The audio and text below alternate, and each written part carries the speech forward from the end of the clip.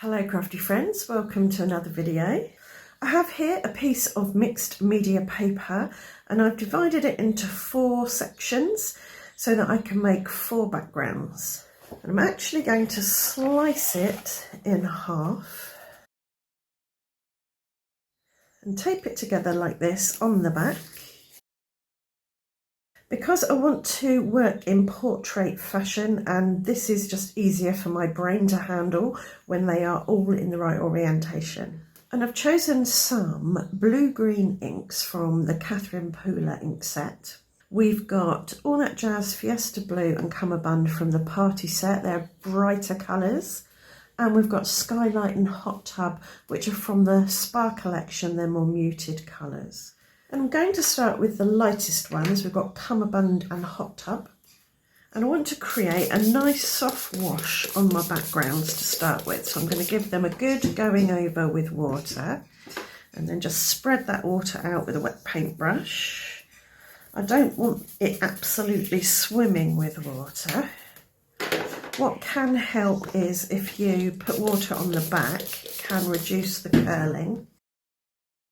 I've got some wet paper there and I'm going to put some Cummerbund on my glass mat and pick it up with a wet paintbrush and just squiggle all over like that. So now you can see why I've taped it together, because I just want to be able to use it as one piece of paper. So we've got a band going up and down. And I'm going to do the same with Hot Tub, but maybe not cover up all the Cummerbund.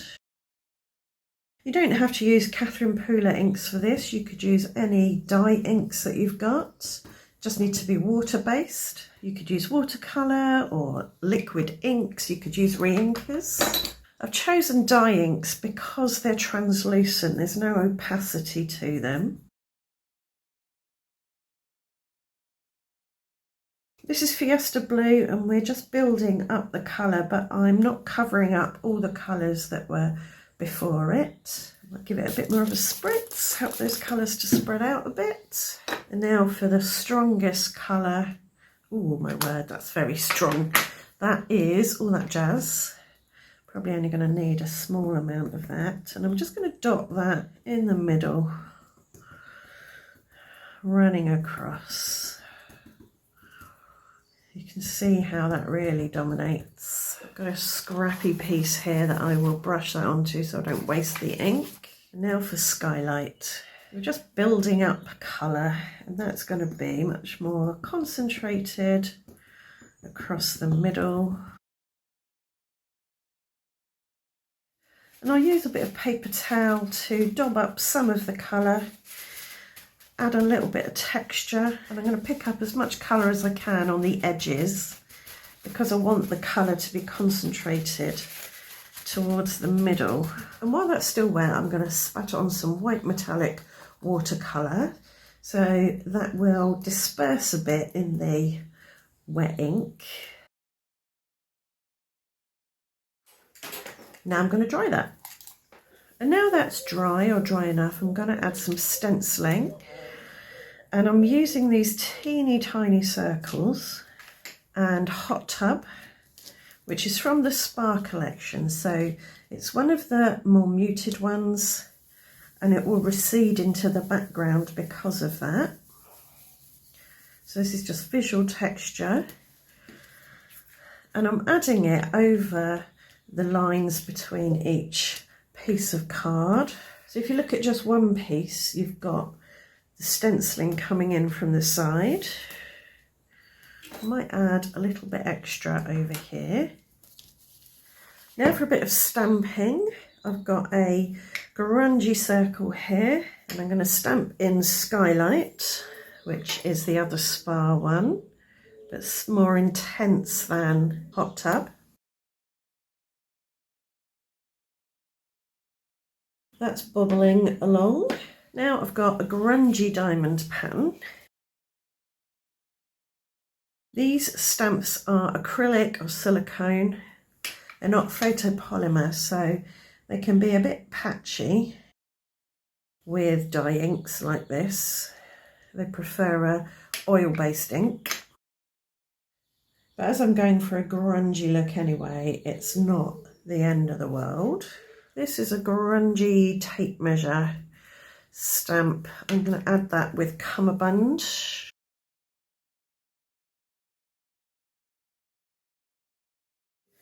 The ink pads are really juicy because I've only just re-inked them, so the stamping is very wet. I'm going to blot some of that up and then give it a blast with my hairdryer. So now for another colour. So I'm going for gold. So it's kind of a yellow, and that will work nicely with the blue greens and add more shimmer and shine. And I'll concentrate the spatters over the stamped and stenciled areas. And again, I'll dry that. Right, time to separate everything and treat each panel as an individual element. So I've cut those down and mounted them on some black card, so they've got a border of about 1/8 of an inch. I'm going to work on just one card for the rest of the video, but at the end of the video I will show you what I did with the other 3 cards. So I've used wet glue to mount this on a card blank. This is 5 by 7 inches. I wanted to give it a nice chunky border around the outside, and I've used wet glue so that I've got a bit of wiggle time to get it into place.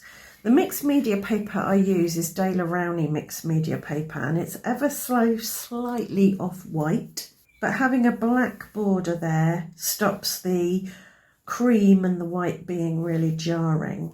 So at this stage I want to bring in a bit of black to my background. So I've got my black border, and all I'm going to do is do a little squiggle over here and over here.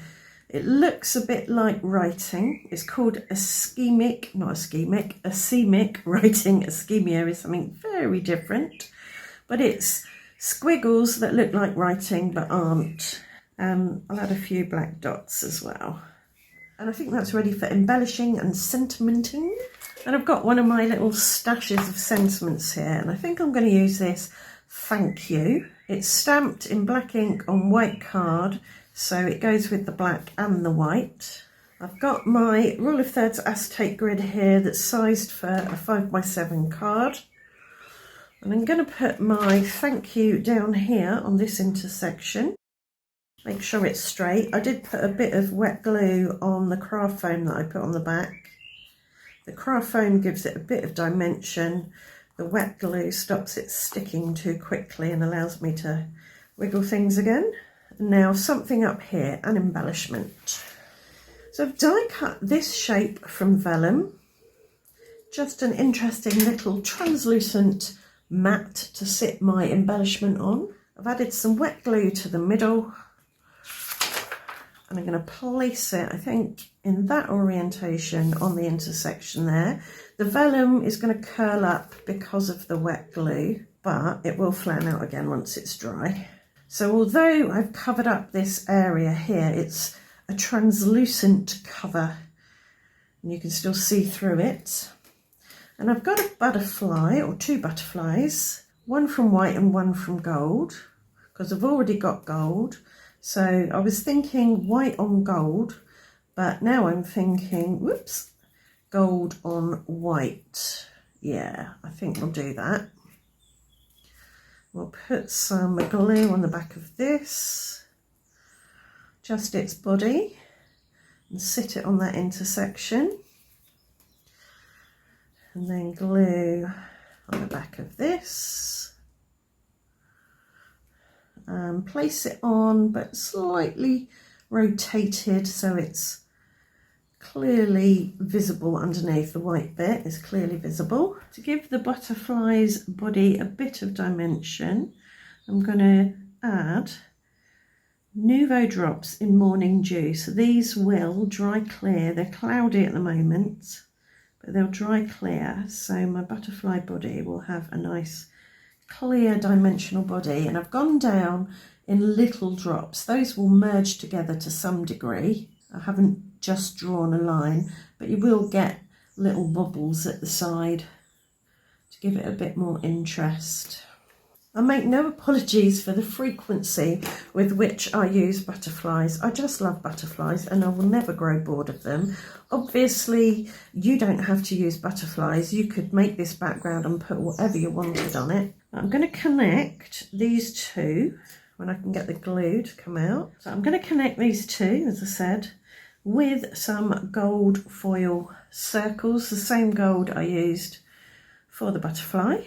And I've punched them out using this circle punch from Fiskars.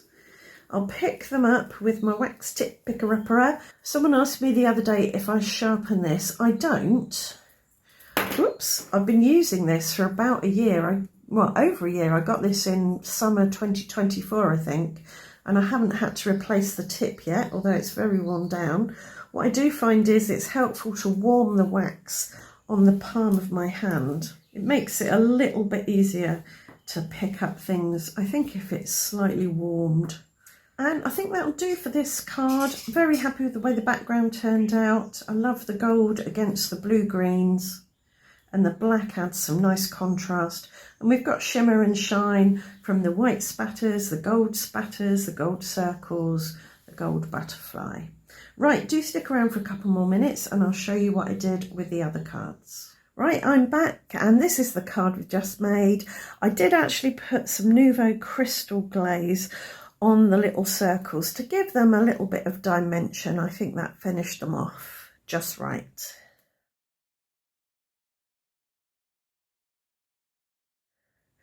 For this card, I thought I'd make a feature of the sentiment. So I die cut a congrats out of gold and out of black. I stuck the black down first and then placed the gold up and to the left a bit so that the black acts as a shadow. And I added this just wanted to say, which is one of my print and cut sentiments. And then some more gold dots with crystal glaze on. Very happy with that too.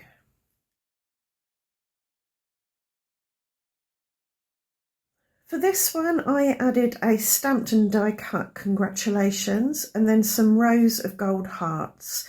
3 big ones, 3 middle-sized ones and 5 small ones around this area. But I'm thinking I want a little bit of something extra. So I've got my Zig Clean Colour dot pen in Ocean, which is a bluey green or a greeny blue. I'm just going to add a few different sized dots for a bit of extra visual texture.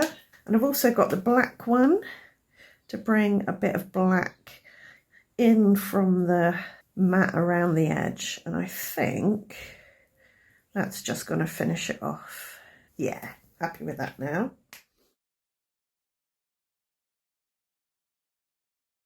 And for my final card, I put a stamped and die cut happy birthday to an amazing person a third of the way down in the middle, and then die cut lots of gold cardstock flowers and clustered them around this. For my flower centres, I put a drop of Morning Dew Nouveau drops, so they look like little beads of water or glass. And I think we'll add a few black dots on this one because there's a bit of a harsh, oh dear, I've just smudged it, never mind. There's a bit of a harsh edge there. So I was really happy with that one until I smudged it, but I don't think it's particularly noticeable.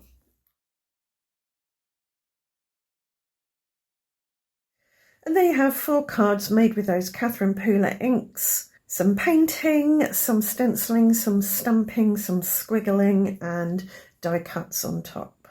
I hope you've enjoyed the video. I hope it's given you some ideas that you can use in your own card making. And I really hope to see you back here for another video very soon. Thanks for watching. Bye for now.